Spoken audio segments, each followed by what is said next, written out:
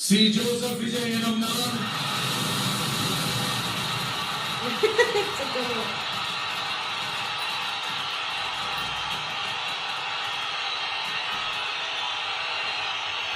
சட்டப்படி அமைக்கப்பெற்ற இந்திய அரசியல் அமைப்பின்பால் உண்மையான நம்பிக்கையும் மாறாப்பற்றும் கொண்டிருப்பேன் என்றும் இந்திய நாட்டின் ஒப்பில்லாத முழு முதல் ஆட்சியையும் ஒருமையையும் நிலை நிறுத்துவேன் என்றும் தமிழ்நாட்டு அரசின் முதலமைச்சராக